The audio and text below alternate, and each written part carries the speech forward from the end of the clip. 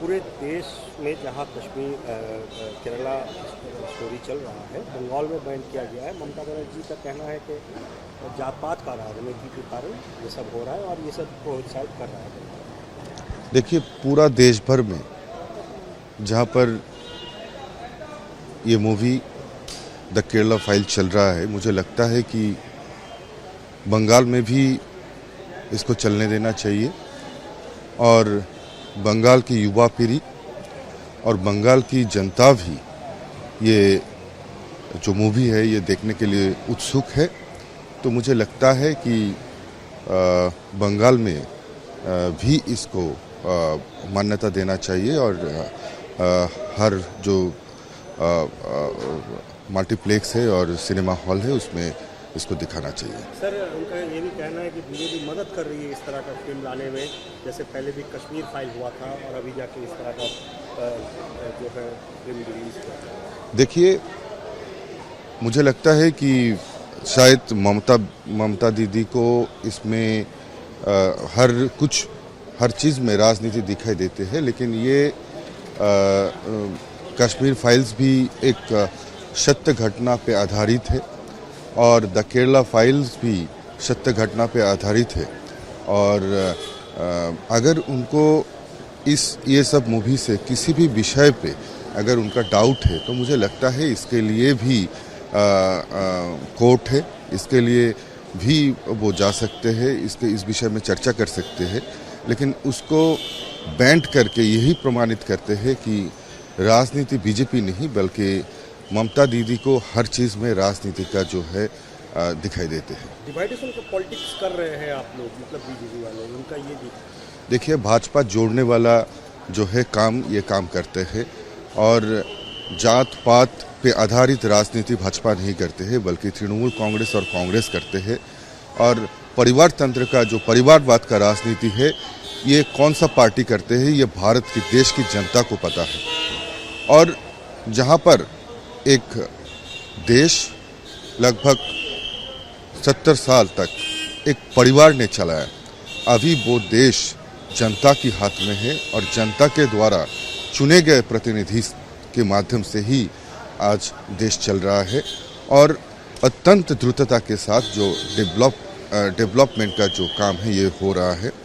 अभी भारत पूरा विश्व में विश्व गुरु बनने जा रहा है। चाहे आप अगर देखें यूक्रेन और रशिया की विपरीत परिस्थिति हो या फिर कोई भी पड़ोसी देश में आए कई भी प्राकृतिक आपदा हो, उस पर किस तरह से बढ़ चढ़ कर हमारा देश काम करते हैं और देश की ध्वज को कैसे विश्व पटल पर ऊंचा लहराते हैं, ये पूरा विश्व की लोक ने देखा है।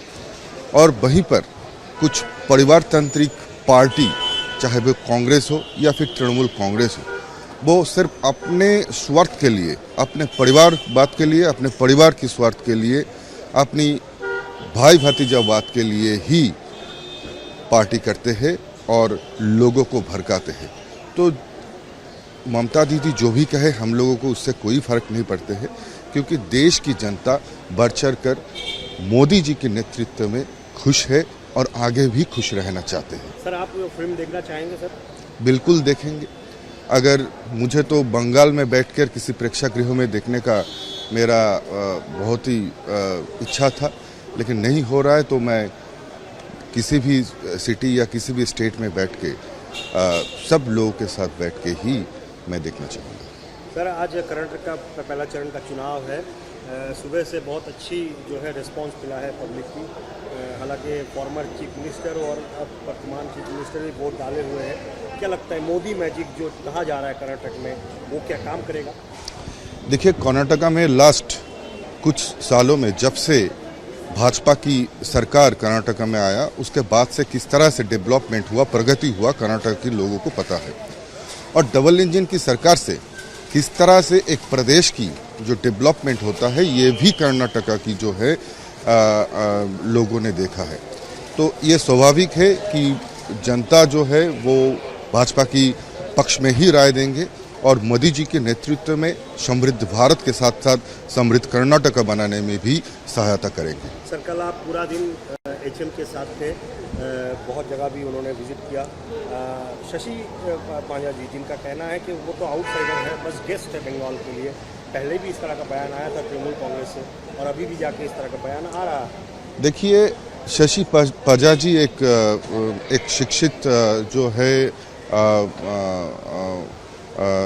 लीडर है तृणमूल कांग्रेस का और बहुत ही एजुकेटेड है, लेकिन अगर ऐसा बात करेंगे तो उनका एजुकेशन पर प्रश्न उठेगा लोगों का, क्योंकि सिर्फ पढ़ाई लिखाई करके ही एजुकेशन नहीं होता है। एक लोगों में एक जो है वास्तविक एक्सपीरियंस और एजुकेशन का भी ज़रूरत होता है। किसी भी देश की गृह मंत्री को आप कभी भी आउटसाइडर कह सकते हैं क्या? अगर कहेंगे तो इस राज्य में जो सभी ब्यूरोक्रेट्स है वो कहाँ से है, ये प्रश्न मैं रखता हूँ। कोलकाता में अगर हम लोग देखें तो एक कॉस्मोपॉलिटन सिटी है, उसमें बहुत सारा लोग जो है पूरा देश भर से आते हैं, हर रोज़ आते हैं, हर रोज़ अपना जो जीवन जीविका के लिए आते हैं और वापस भी जाते हैं।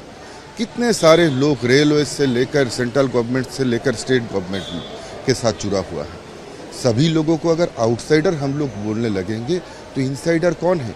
प्रश्न ये मैं रखता हूँ और ये भी कहता हूँ कि ऐसा बात कभी भी नहीं कहना चाहिए, क्योंकि ये किसी भी गृह मंत्री को आज, देश के गृह मंत्री को आज आप आउटसाइडर कहोगे, कल अब दूसरा जो है केंद्र सरकार की मंत्रिमंडल है उन लोगों को आउटसाइडर कहेंगे।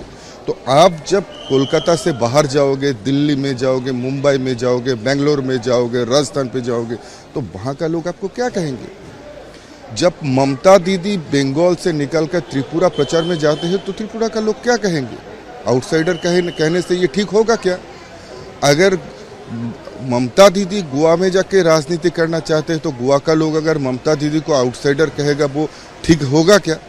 अगर ममता दीदी बंगाल से निकलकर मेघालय में जाकर वहाँ पर इलेक्शन कैंपेनिंग करेगा तो वहाँ का लोग अगर ममता दीदी को आउटसाइडर कहेगा तो वो ठीक होगा क्या? वैसे ही ये पूरा देश जो है, ये पूरा देश हमारे लिए है। हमारे देश की किसी भी नागरिक का अधिकार है किसी भी स्टेट में जाने का, वो कभी आउटसाइडर नहीं हो सकता है। और मैं ये कहना चाहूँगा कि ऐसा बात बोलने से पहले दोबारा सोच के फिर से ऐसा बात बोलना चाहिए।